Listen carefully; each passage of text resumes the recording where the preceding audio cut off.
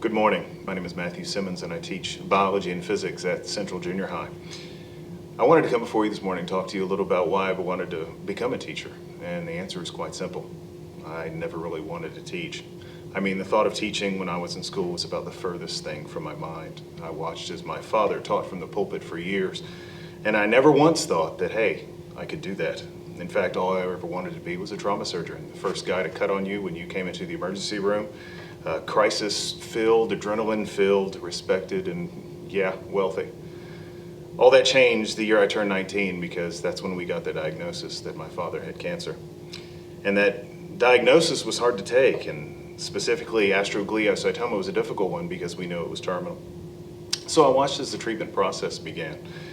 And it unfolded, and I observed the life that I thought I wanted, and I watched my father's surgeons had little investment really in his own life, but the measure of their success was about the quantity of life he had left and not necessarily the quality.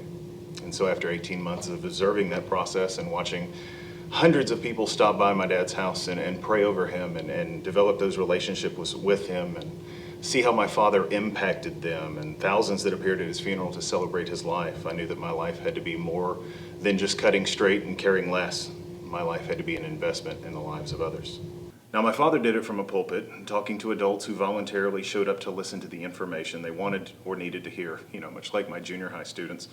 But I do it from a lab or from a drawing table or from the floors we sit around and campfire, from the ground outside, from the gym, from the cafeteria and even the library, talking to young men and women who in some cases are ordered to be in my class, instructing them on things that some could actually care less about, but all the while trying to be innovative and creative in my instruction. And they can't help themselves but be engaged. Now, much of whether or not my students remain engaged is directly dependent on my use of continuous improvement.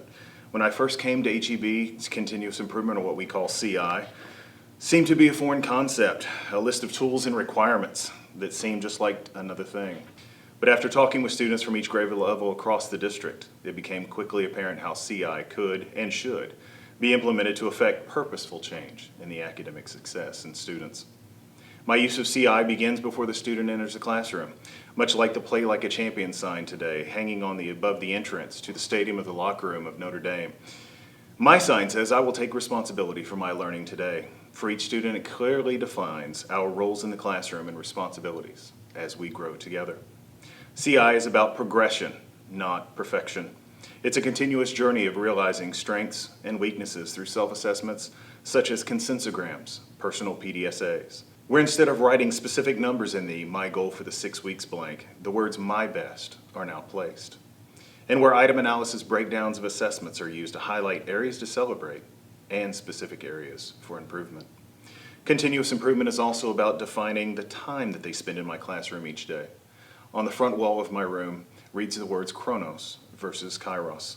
Chronos signifies a measured time, a quantity of time devoid of specific meaning and lost as it passes from bell to bell. Kairos, however, is a supreme or superior moment. How I want my students to view the time that they are in my class directly affects everything from attitude to work output. I use these words as a behavioral management tool, a study reminder, for goal setting, for life lessons that extend well beyond the scope of academic content. Numerous times daily, the question is asked, are you in Chronos or Kairos? What does that look like, you ask? Marianne Williamson wrote in her book, Return to Love, the following. Our deepest fear is not that we are inadequate. Our deepest fear is that we are powerful beyond measure. It is our light, not our darkness, that most frightens us. Playing small does not serve the world. There is nothing enlightened about shrinking so that other people won't feel insecure around you. We are all meant to shine as children do. And as we let our own light shine, we consciously give other people permission to do the same.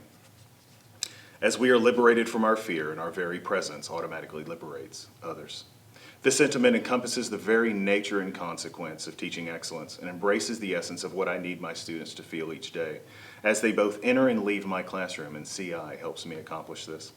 Finally, for you in the room who are about to embark on your first year inside the classroom, Emile Locard, the father of modern forensics, said, for every room you enter and leave, you take something with you and leave something of yourself behind. What a responsibility to know that you are going to interact with young, impressionable men and women, and to know that on some level you are going to impact them daily. How is entirely up to you, but understand this, you are the one. You are the one who is going to show them kindness and patience for the only time today. You are the one that with one word can draw them into new heights of self-awareness and self-confidence. And you are the one that will have to speak words of truth that force them to question everything that they know. You are the one that will give of your own lunch because they have none. You are the one that will comfort them in times of sorrow. You are the one that will celebrate with them in times of triumph. You are the one they will come to for guidance when life is unbearable. And you are the one they will want to see at their games, concerts, and recitals. And you are the one they will go out of their way to avoid any appearance that they know you when you're in public. You are the one they won't want to disappoint. You are the one that they will fight hardest against because they see you're not going to give up on them. And you are the one they will show any emotion to because of the trust you built. You are the one. As of now, the total number of students enrolled in HEB is 22,138. Total number of staff, 2,440, including 1,300 of us teachers of record. Starting on Monday, you have roughly 187 opportunities to reach outside yourself and actively participate in the academic process of each student. 187 chances to be enthusiastic about changing student acuity. 187 occasions to prompt, cajole, facilimanipulate, and engross our students to achieve a level of success beyond their perceivable reach. Do you know that you're the one? You must be, because you're here in HEB. We are the one. Hold me up. Oh yeah, it'll go. Good push.